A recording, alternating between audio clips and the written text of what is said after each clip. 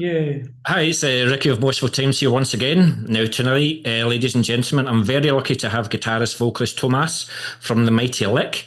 I have to say, you guys play Swedish old school death metal the way it's meant to be played, and that I hold you in such high regard. And I think I've played you about 100 times on my radio show. So, thank you very much for for agreeing to doing this interview. And how the devil are you? First of all, thank you for having us and playing us and listening to our music. That's so cool. So, Well, I do my bit as well. I've got my I saw that also. I have a disrupted shirt for, yeah. Yeah, I played them last week actually. It's Michael Haney, the vocalist, isn't it? Yes. Yeah, yeah. I've done my bit as well. Got my CD. Oh, And, got you to sign Carnage for me as well. So oh. I'll be asking for the same again for Necro, but we'll discuss that after the interview. So I'm afraid I do have a lot of questions for you. But All on right. Friday, the 18th of April, you're going to release your fourth album, Necro. So now, before you get sick of answering this question, the album title Necro itself, where did it come from? Did somebody just say it in the studio? Was there like you've got the board and there's like four or five different titles, but somebody said Necro and went, no, that is it. That's what I want. The name, how it came up. Yeah. I think it was Chris who had like the idea of just why don't we just call it Necro because it's death metal. So it's nothing fancy. It's just that everybody was like, let's think about it a bit, and then it just you know Yeah. yeah, it just gets onto you, especially when we started making like demos and stuff like that. It's like, yeah, fuck, this is Necro. This is awesome. It's really good. Chris is usually the one. I don't know. He always comes up with the idea for an album title, so he really likes that kind of stuff. Good stuff. Good stuff. But I So hate there's to. nothing, there's no special meaning behind it. It's just Yeah. that Was it's. it always the first title, or did you actually have other titles first? I don't really remember. I think this one came quite early, actually. Yeah. Uh, Well, it yeah. certainly works, especially with the artwork as well. I was very impressed with the artwork. It's really, really Oh, cool. cool. Yeah. Yeah. That But was really. That was what do you call it? Happenstance, or it was yeah. a it was a guy who knew no his girlfriend knows the bass player from when they were younger. They were hanging out as kids or something like that. And he is a tattoo artist, so Yeah. he just texted Jocke, the bass player, asking him if, like, for fun, do you need a cover or an album, something like that. And we were just discussing that because we were in like we're always late with all of this stuff. We're always music is first and Yeah. whatever else happening. So we're always late when and we wanted color. So yeah, and we want to try something else. We just why the fuck why not try this? Well, Try yes, and he just blew us away. He yeah. bombarded us with. You say that bombardier? Yeah. Bombarded. Yeah. Bombarded. Yeah. He bombarded us with like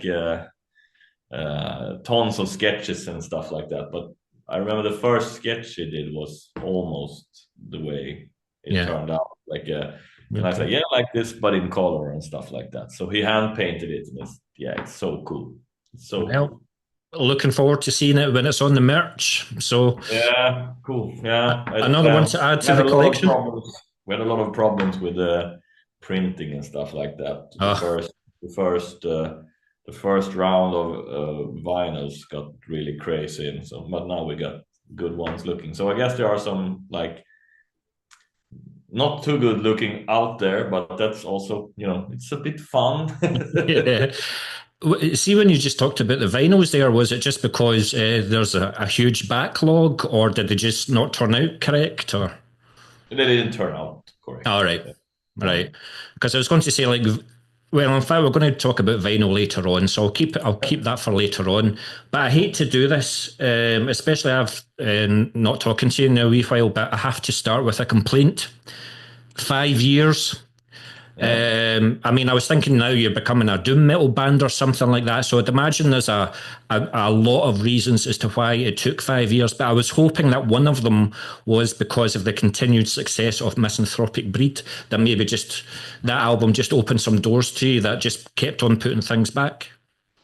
Yeah, it's a bit of, a lot of things. We didn't get we released Misanthropic Breed during the pandemic, Yeah. and we didn't get to play the songs live, and we want to play the songs live first, and before even thinking of making anything new, really. Yeah. Yeah. So we had to get that album out of our system first. And I'm fiddling with other kinds of music stuff, so it also takes some of my, attention. So a lot of those things, like pandemic, not playing shows, and then we couldn't really get the vibe to make new songs. Really, I know Metal Blade Andreas from Metal Blade is like mailed us a couple of times, like, "Hi, how are there any songs in the making?" Like half a year. But I was like, "No, still, we have one song finished or something like that. I don't know." Okay, and just asking if we're making any music, stuff like that. As a huge fan, I'm not going to wait until 2030 and for the next album. That's all I'll say about that.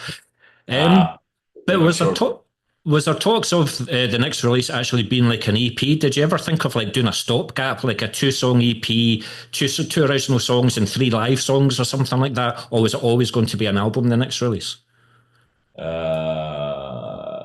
No, I don't sure. EP, maybe like a single or something like that with something special, cool or whatever. But no, wasting an album on an EP, I think it's not. Not worth it.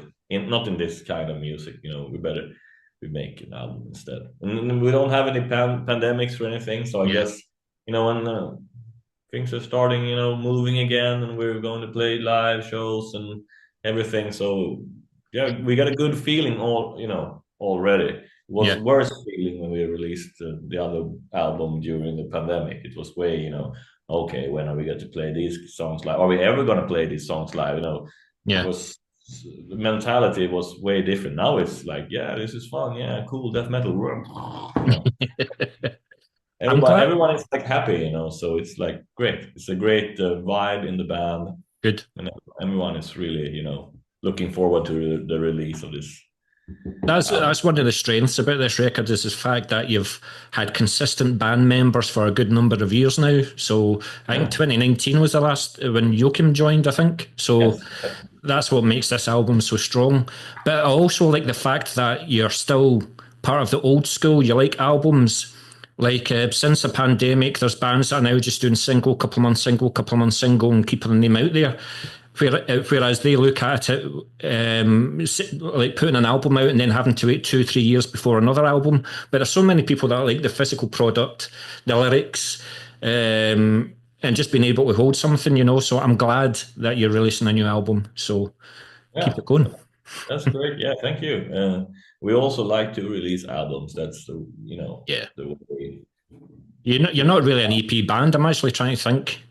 You've been on a couple of like compilations and stuff like that, but you've not really released like 4 EPs or anything like that. So we only made that Stockholm death metal 7-inch with Matti on guest vocals. Yeah, we did a duet. That's the only thing I think we've done that is something else extra or whatever. Well, I'm glad.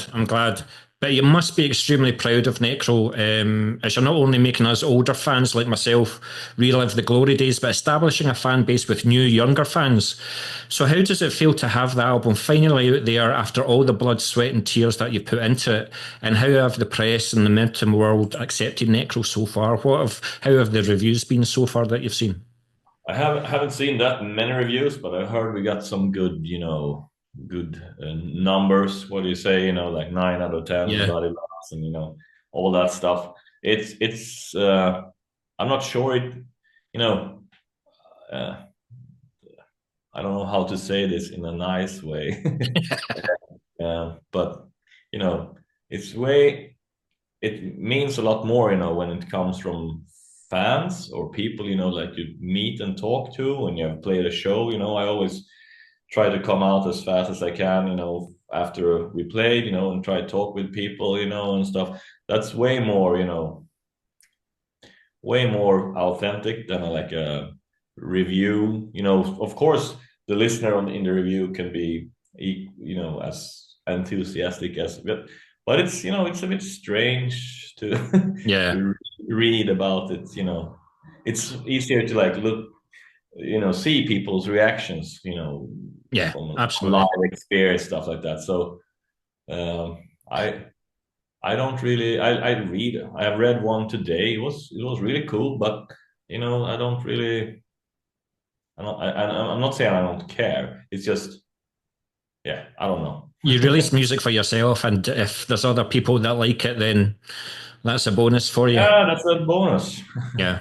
I like the fact as well, like you said, as soon as you pretty much get off playing, you kind of socialise with the crowd to say hi and all the rest of it, while the other band members are getting all the equipment into the van and stuff like that. You know, you're just a typical vocalist. No, we all no, no, no, no, no. That came all totally wrong.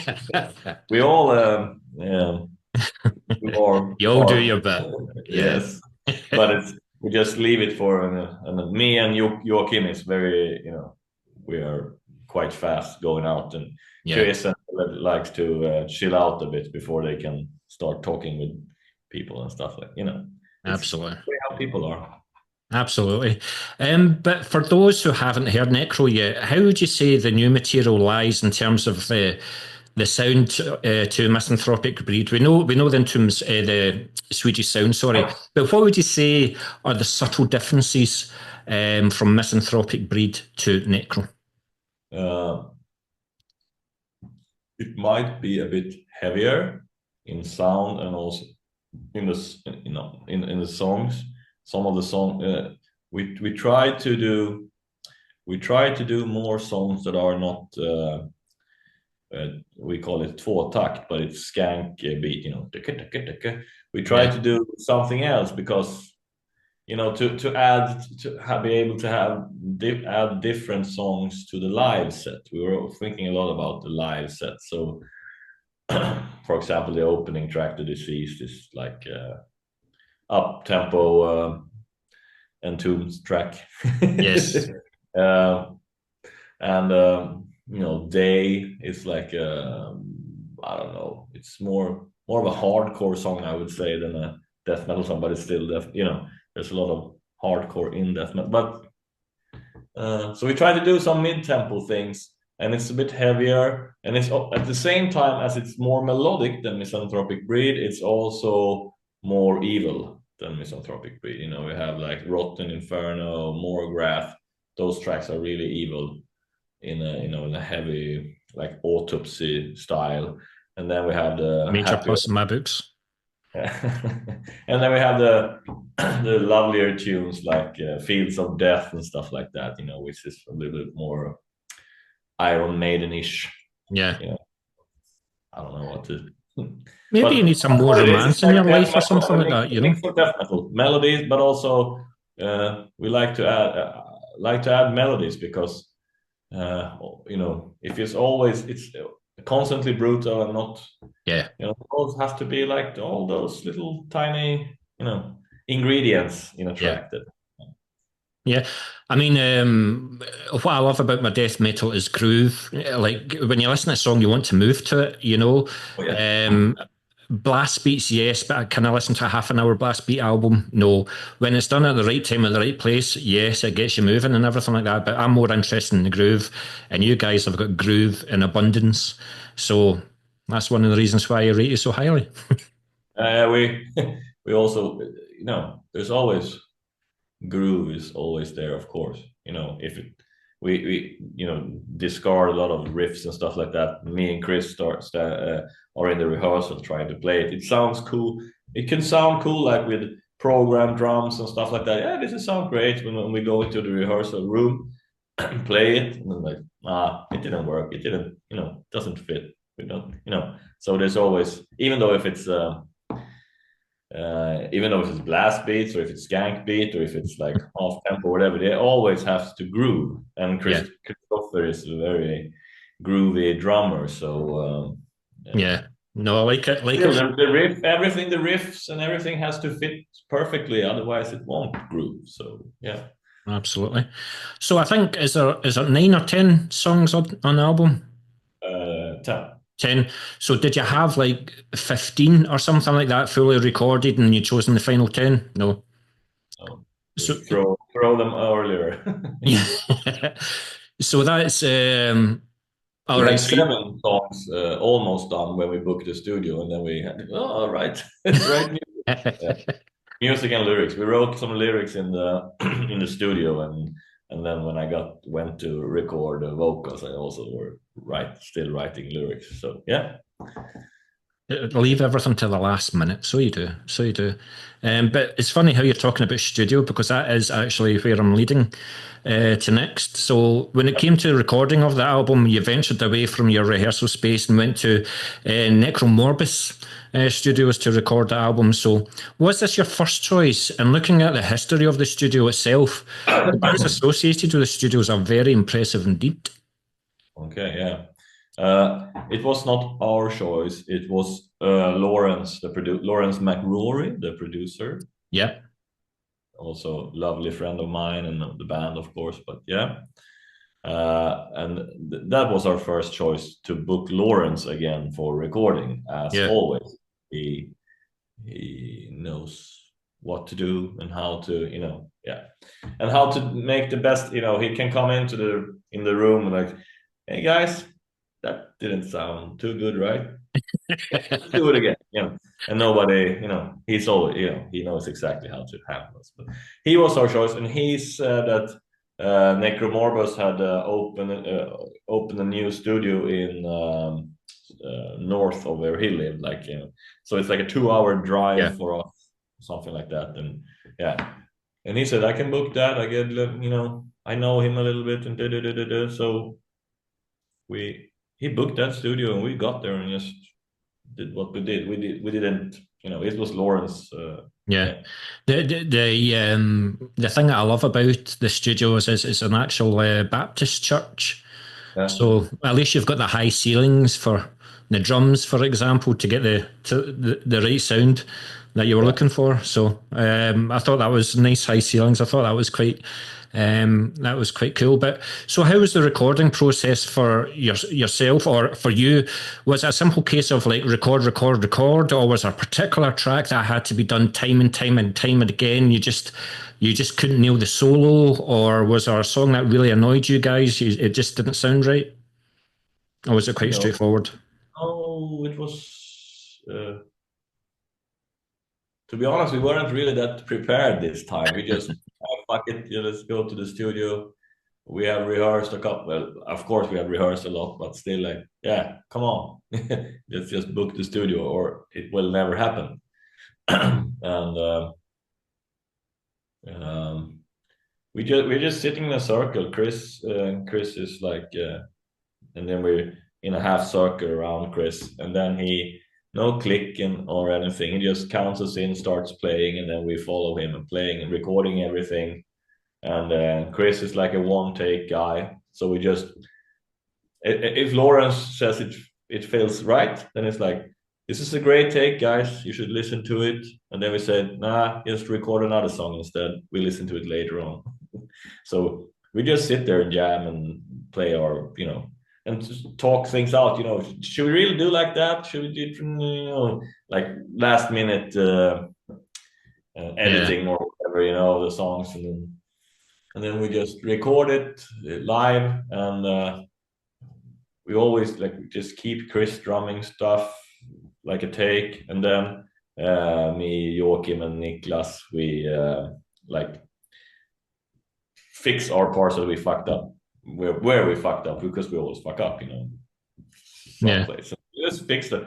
It was like Lawrence and Joachim were sitting there, and everybody was doing something else, writing lyrics or whatever. And then, the bass is done now. You just fix stuff, like, And then it's guitar time, so me and Nille sits together next to each other playing guitar. There's something wrong here, Lawrence says, and then then I have to. So how long did it take to record? Did you have like a week at the studio, or was it over weekends, a number of weekends? No, it was a weekend. Just we came there on a Thursday just to set up the drums. Yeah. So a whole day for setting up drums and everything ready for recording. Not only for the guitars and stuff like that. So and then we just Friday Chris were done in a day with his drums. So then machine. Yeah, he's a machine. Yes. And then next day we edited the bass and the guitars, and then we had the Sunday for soloing. Right. So we just recorded a lot of stuff, tried out stuff. Yeah, maybe there should be a solo here. Yeah, why not? We try it, and lots of fun stuff. So we recorded everything necessary in 2 days, and then I had to go. I went to Uppsala, where Lawrence has his studio, and recorded vocals. Yeah. It sounds too easy, but also sounds like I don't know whether you can't be bothered with the recording side of things. You just want to get on stage and play the songs. Yeah, recording is fun, but also it's death metal. It doesn't have to be perfect, It has to be perfect, but in another sense of perfect. When you play it live, nobody notices the difference anyway. Nobody can hear you play the wrong chord. But with yourself being the vocalist then, recording the same vocal lines over and over again, maybe over a short period of time, or especially over, from what you were saying, do you go through some vocal techniques before you start recording, and what rituals do you have before you go on stage? I don't have any. Again, Lawrence fixed a straw, like a bigger straw for me. I don't know what to say. That you blow bubble in the water. Ooh, right. Okay. It's a warm-up technique for those who can sing. But I can't really feel the difference, because I'm not too, I'm not that much of a singer, really. So Lawrence is like, can you feel the difference? And can you feel it now? And now you feel like everything is warmed up. And I was like, no, I don't know. So I'm just singing until it starts to sound okay. Yeah. I must admit, I've never heard of that before. When I talk to some vocalists, they say like they have like cups of tea and they put honey in it, or they have like vocal zone, or if you speak to Carl Willits, he's like 10 cigarettes and 6 cans of beer and stuff like that. You guys must be so easy to deal with. I think most of that stuff is in your head. Of course, I get a lot of other stuff, like, shit happens, but I don't do anything like. So what do you do before you go onto a festival stage? There's thousands of people. Do you do some growls backstage, or do you just go on stage? That's it? I go on stage, and the voice gets better as we go on, I guess. Fair play to you. Do you know, one of the things I like about you as a vocalist is that I really like your growl, but at the same time, you're like John Walker from Cancer. You can understand what you're saying. So fair play. I do like your vocal style, so keep it that way. But we've talked about him a wee bit. Lawrence McCrory. So you've used him since the beginning of LIK. So I take it was an easy decision to use his resources again. So is it safe to say then that he's really the 5th member of LIK? And did he do any guest vocals this time round, as he did in Misanthropic Breed? Lawrence did on In Ruins, the 7th song. I think it's In Ruins. We have all the working titles on the songs that. So we try. It's hard to get the real song title in there, but In Ruins, Lawrence did it. He did some like uh, I was fooling around with like trying to sing like the sultry or something, you know. And then we was laughing, and then I did my vocal parts, and then Lawrence, you know, felt like I think I should add some like clean vocal in the back. So he did some clean vocal in the back to get that sound, you know, like scream but with a tone in it, and it sounds really cool. In Ruins, Lawrence did that. I don't know if he did something else. Yeah, he did some falling man screams, you know, stuff like that. Yeah, he's always there for us. I take it whenever you're going to record something, he's the guy that you're going to go to. Oh, yeah.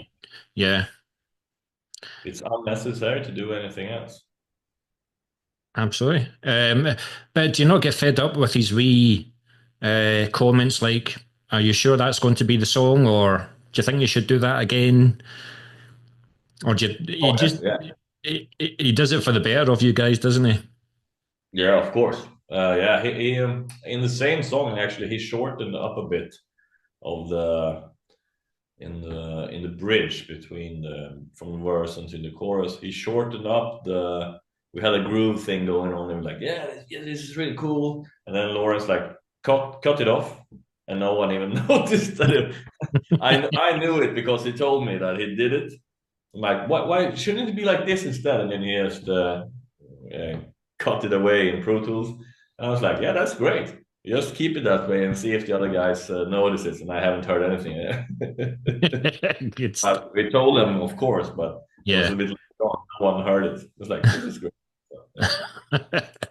So No, good. stuff like that he does, and especially when it comes to vocals, he's really, you know, he's really good with that, adding those extra special things Yeah.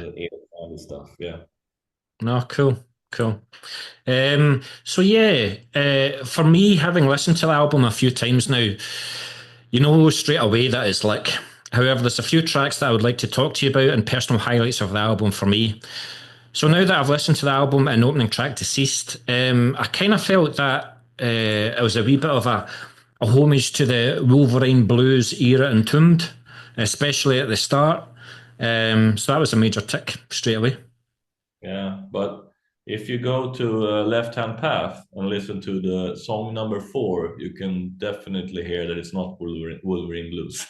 Yeah, yeah, I don't. Personally, I don't like that album really. The first song of Wolverine Blues is really, really, really good, but then I don't. yeah. I don't listen to that album that much. But It's good it's to just see that they're back, though. yeah, that's cool. It's good to Yeah, see that they're writing again. So I mean, so they, can't wait for this. So can't wait yeah. for it. Um, See what they're cooking. But so it's not that much Wolverine Blues. It's because they were already on it on the first album. Track number 4. I don't remember what it's called. When life has ceased or something like that. I don't know. yeah, yeah. No, I just thought, especially at the start, I kind of thought it was more a rockier death metal like riff than out and out death metal. So Yeah. we'll continue to have this argument over another beer. Don't you worry Yeah, about but that. do you have YouTube or something on? Check. Yeah. Now you're gonna have to have a lesson here in death metal. That's it. But while you do that, I do have to talk about In Ruins as well. I Yeah. just thought with that clear opening riff, it was kind of like a homage to Paradise Lost. And to then have old Nick do some vocals for you, it was. Do you know what? It's good to see Nick going back to the growls and things like that. Although I think in that song he just done a spoken word, didn't he? Or Yeah, he does. yeah, he just done spoken word. So I take it I just love the opening riff. It was just like prime era Yeah. As I Die and all the rest of it, Shades of God, Yeah, yeah, But I take it as soon as you asked him, he was like a yes straight away. How did you, what made you think of just let's reach out to Nick and get him to do that? yeah. Because it's so he is really good at doing that kind of stuff, and he is a lovely guy. So he's perfect.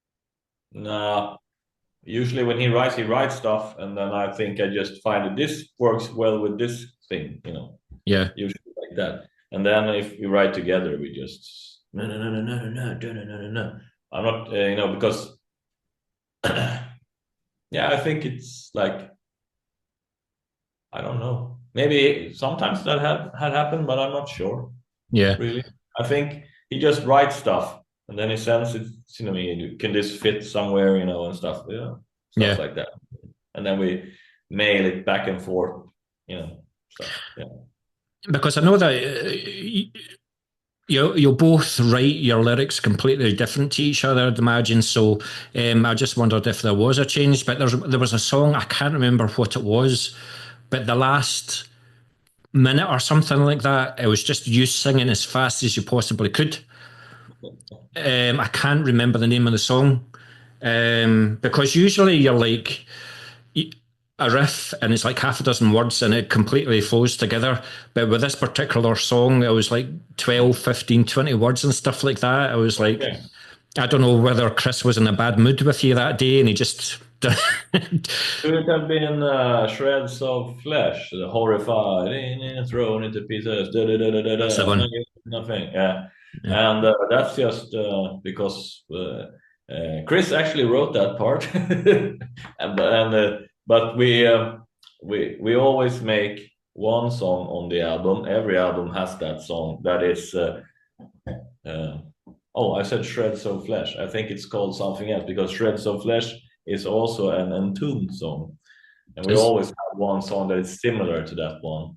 On the first one is Necromancer, then it's Cannibalistic Infancy on Carnage, and then it's Faces of Death on Misanthropic Breed, and now it's fuck, I don't know what the song is called. Something with flesh or pieces or shreds of flesh. I don't know, but yeah, we always had that song. And in the original song, there is that part where he sings that crazy, so we had to have that part. Yes.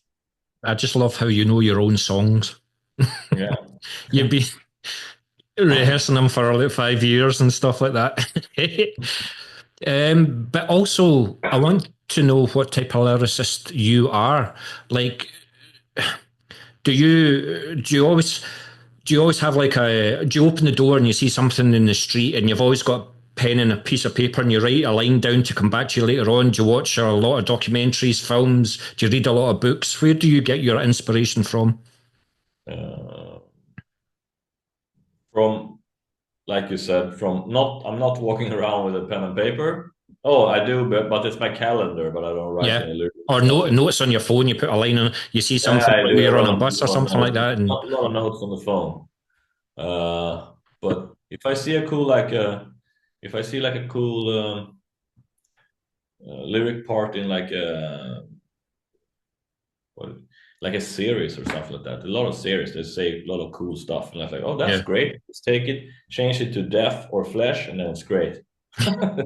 And then you have an idea or whatever. You just pick stuff up like that, and then I don't read that much, but I've been reading a lot of Brian Keane. I also or earlier, but that he's a good inspiration. yeah, Horrible books. Or they're great, but they're horrible. yeah. People die in the most gruesome way. There was a song about a necrophiliac, so I know that's probably nothing that you saw in the street in Stockholm and things like that. Also, I went by necrophiliac. No, I didn't. Yeah, No, but that's just our imagination. that's exactly it. That's exactly it. What was the one where it was to do with your girlfriend and the Worms worms? inside. Your worms inside, yeah, yeah. I hope she's okay. She is. Yeah, she's not here at the moment though. Yeah. No, cool, cool. Yeah. So I also noticed that drummer Chris, he's been like credited to do some vocals on the last few LIK albums. But have you ever approached Joachim or Niklas to say, It's about time that you guys put some vocals on albums. They haven't. The thought have never come up. uh, One of the best things I've seen live, see when I see a live band, I love seeing dual vocals. I love seeing two vocalists, or even in the case of Nile, where you've got three.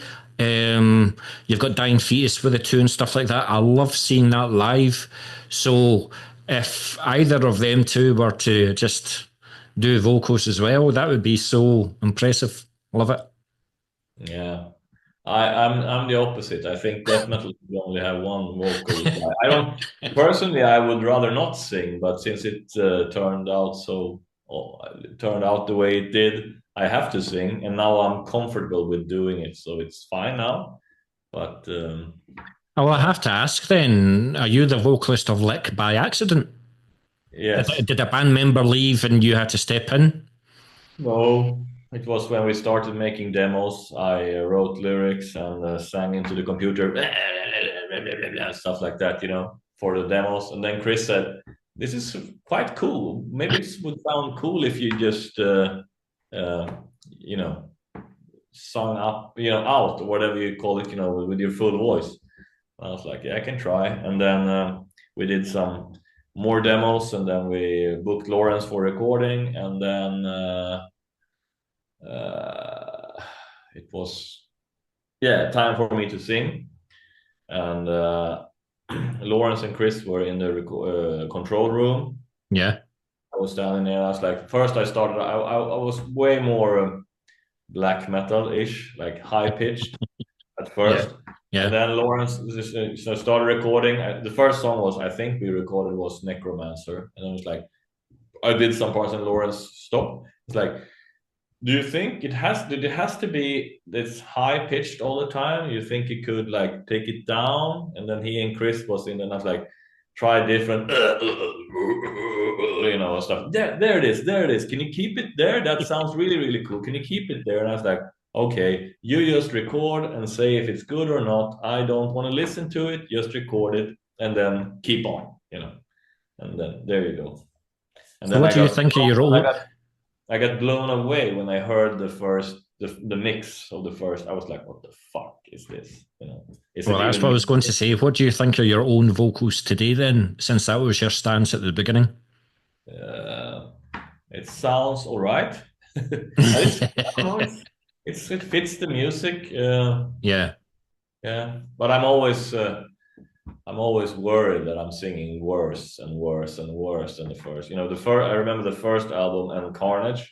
Lawrence had to send me a clip with both like a new song and then the old and a song from Miss. I don't even know what the first album is called. And then he has like, there's not that many. It's not too different, right? I was like, oh, but it's better on the first one, isn't it? It's like, no. So I'm like always like that. Now it's like, I think I sing better on the Misanthropic Grade, but yeah.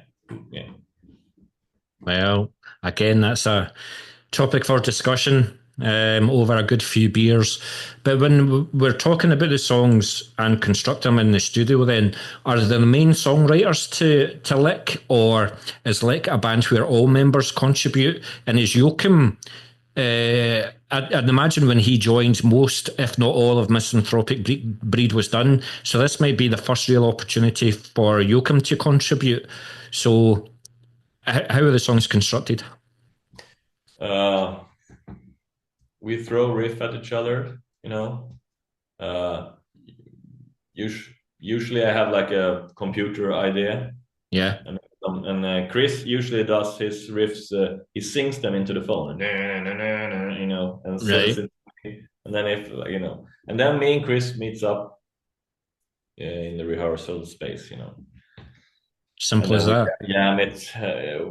We jam stuff like that, and then sometimes we try to be all four of us and do something, and then maybe there's a riff coming up from Nille or Jocke, and then we just put stuff together that way. Yeah. So who's the one that sends the riff at 4 o'clock in the morning saying, "This is the best riff I've written yet, you need to listen to this"? No one does it. No. No one is that pushy. It's all right. So everyone contributes in their own way, you know. Yeah. So do you all live in different parts of Sweden? And is it quite difficult for you to meet once every 2 weeks or something like that in rehearsal or something? Yeah, it takes like about an hour to drive to. Yeah, it's I was trying to make a joke, but it's we live very close to each other. It's like 20-minute ride to Joachim and 20-minute ride to Christopher. Yeah, 20 Right, minutes to right. me. I'm saying it to you now. If you live that close to each other and you take 5 years to record another album, I'm flying to Sweden and I'm going to find you, and force you to get writing. Oh, So that's great. Yeah. cool. But how hard is it to be like to juggle the touring side of things? I know that you guys live off the stage, you just want to play in front of fans, but how hard is it to juggle the touring side of things with the everyday jobs? And do you have plans to go on bigger tours and further afield in 2025? Sometimes it's hard, but it's easy with the one-offs, you know, the festival thingies and the uh, a gig here and there. But so far, no, it hasn't been any trouble. I think we can't do like I don't think we want to do like the 6-week tours Yeah, stuff. yeah. No one cares about that. Well, I don't know. Like, we would definitely love to see you down here in Scotland. Germany would be huge for you. Yeah. You can probably do a, I don't know. I Have you got think we like have a, something. I think we have something coming up. I don't know. I don't want to. I'm not yeah. sure. But I think we have some coming. Well, I'll look forward to seeing what you have to say. Yeah. Um, but like I say, you guys just deserve to be played far and wide.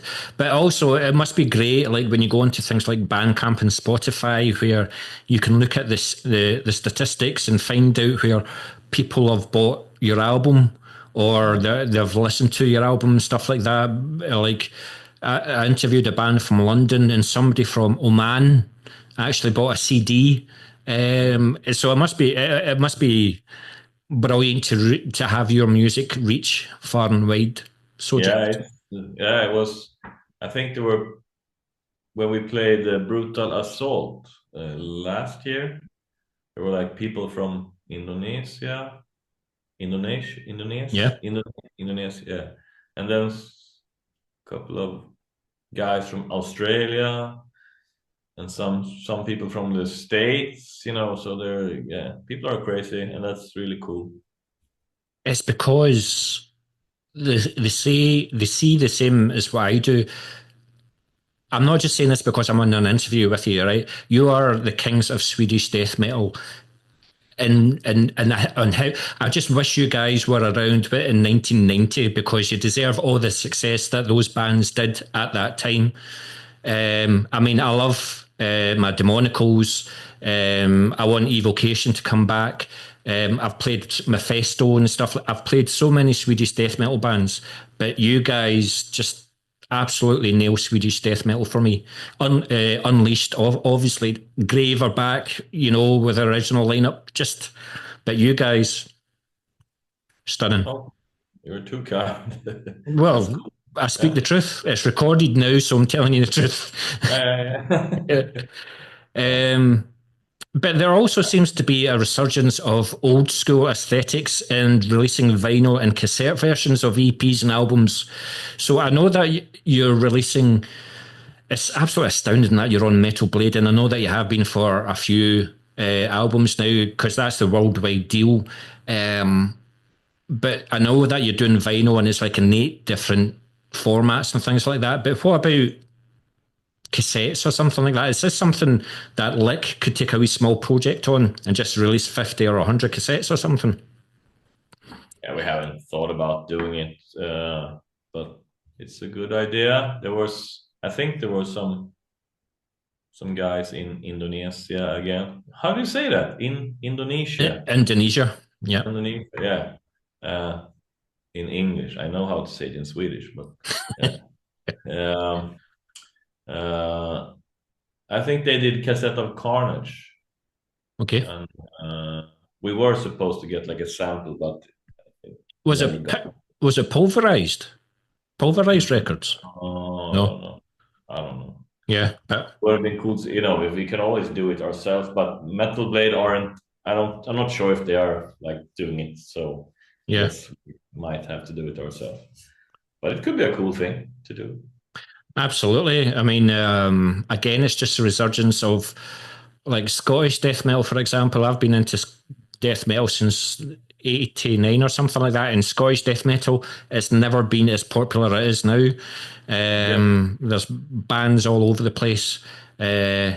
And that's what they're doing. They're releasing vinyl, they're releasing cassettes, Yeah. and they're releasing CDs. I remember back in the days where it was like CDs should be burned, but people are wanting a physical product again. So Yeah. Yeah. Sure.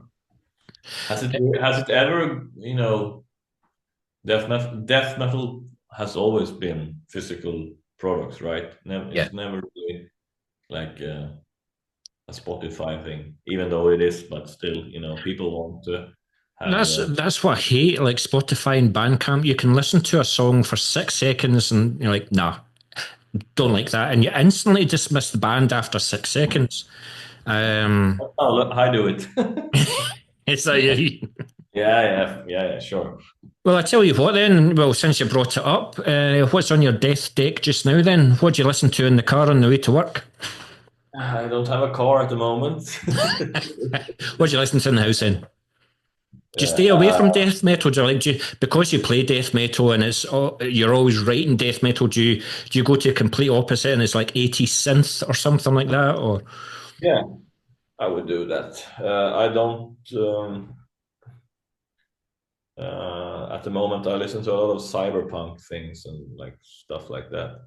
yeah, A bit of dubstep, and yeah, because I like the sound design and stuff like that. Yeah, yeah, no, yeah. cool. Maybe there's room for a wee side project there. I don't know. I don't know.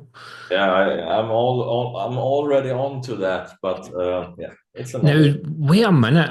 I do remember in the past I've seen that you do have like another project, don't you? Is it like it's not like horror films or something like that? Is it like the keyboard side of things? Yeah, yeah. I started out trying to make like synth wave, and now I try to make like harder, heavy bass music things. Yeah, yeah. It's That's it. very hard. It's very hard. Yeah, yeah. I mean, like I say, death metal's my thing, but 50% of my CD collection is dark ambient. I love, again, from Sweden, Cold Meat Industry. All the bands from Sweden, MZ412 and Slaughter on the Slaughter Natives as well. Finland, I think they are. But just love all that kind of stuff. Love it. Cool. I'm So, not into that, and I haven't listened to that, so I'm not sure. well, get on it, go on it. There are a lot Um, of music to listen to. Sorry. There are a lot of music to Yeah, listen to. absolutely, absolutely. It just depends what mood you're in. Yeah. But listen, uh, it's been an absolute pleasure having the chance to chat to you again. But I'm going to end the interview with a wee bit of fun. LIK are going to be playing gigs. You're probably going to play, say, a 50-minute set. So that's maybe like 12 songs, 10 to 12 songs. What's the one song off the new album and one song off your back catalogue that you are looking forward to playing the most, and why?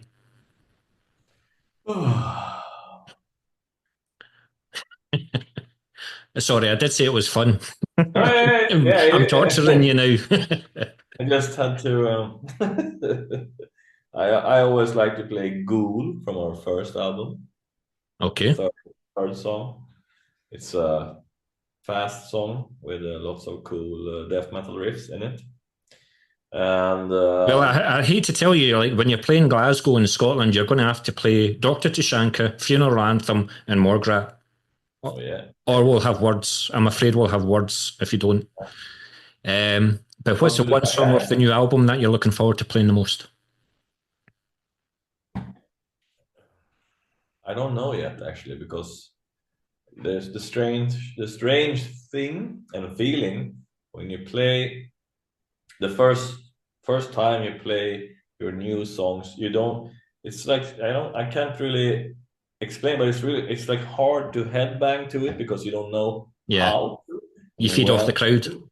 Yeah, yeah, and it's really strange the feeling that how do I how do I headbang or whatever to this song and what to do. So it might take a couple of gigs, because sometimes you play a song that you think that will be great live, and then you play it like that. It sucked live. You don't get any vibe at all from it, So Yeah. we had a really hard time like playing Celebration of the Twisted from Carnage. It's a cool song and everything, and we had we are playing it a lot, but we had a hard time getting a vibe from it at first. But Okay. now but I think Deceased will be really cool to play live. It's a really fun song to play anyway, so I guess that will be.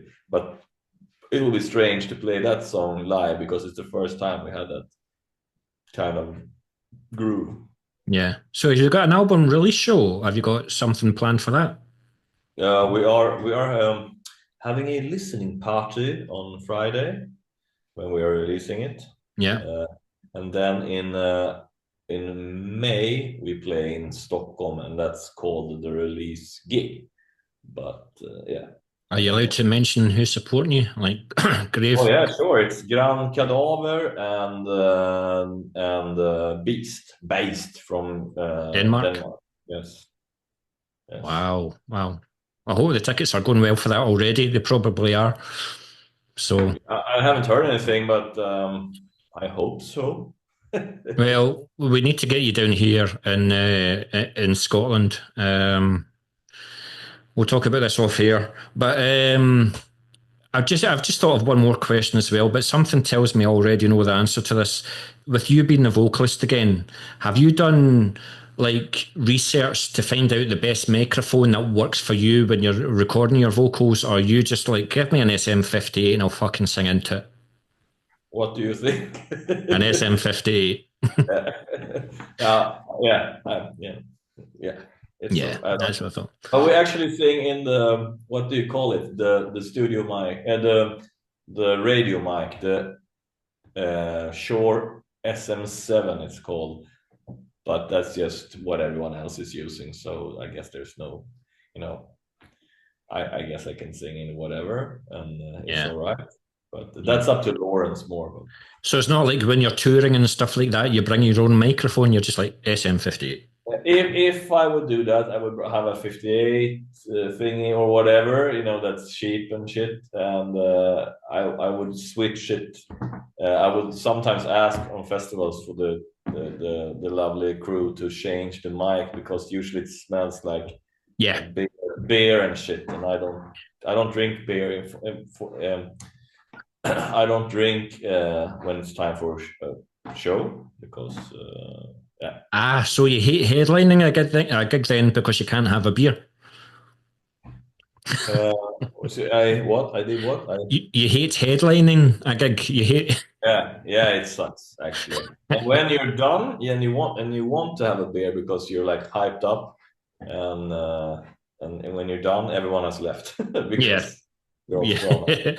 Now the thing is that I'm sometimes really, really fucking nervous, and I don't want to ruin that really because I think it shows great. You care. Yeah, and I think it's great, and I also suck at playing guitar and stuff like that when I drink. I only had 2 of those.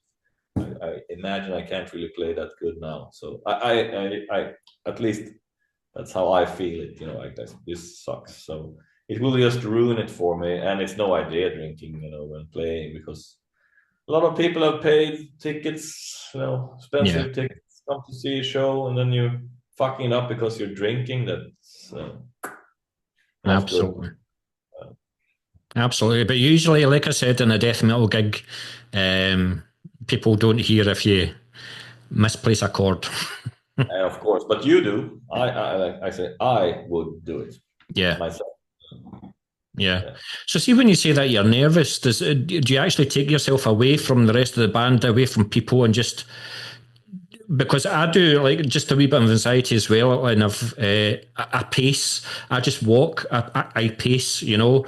So I don't know whether you just take yourself away, just spend 5 minutes by yourself, come back to the band, and go on stage.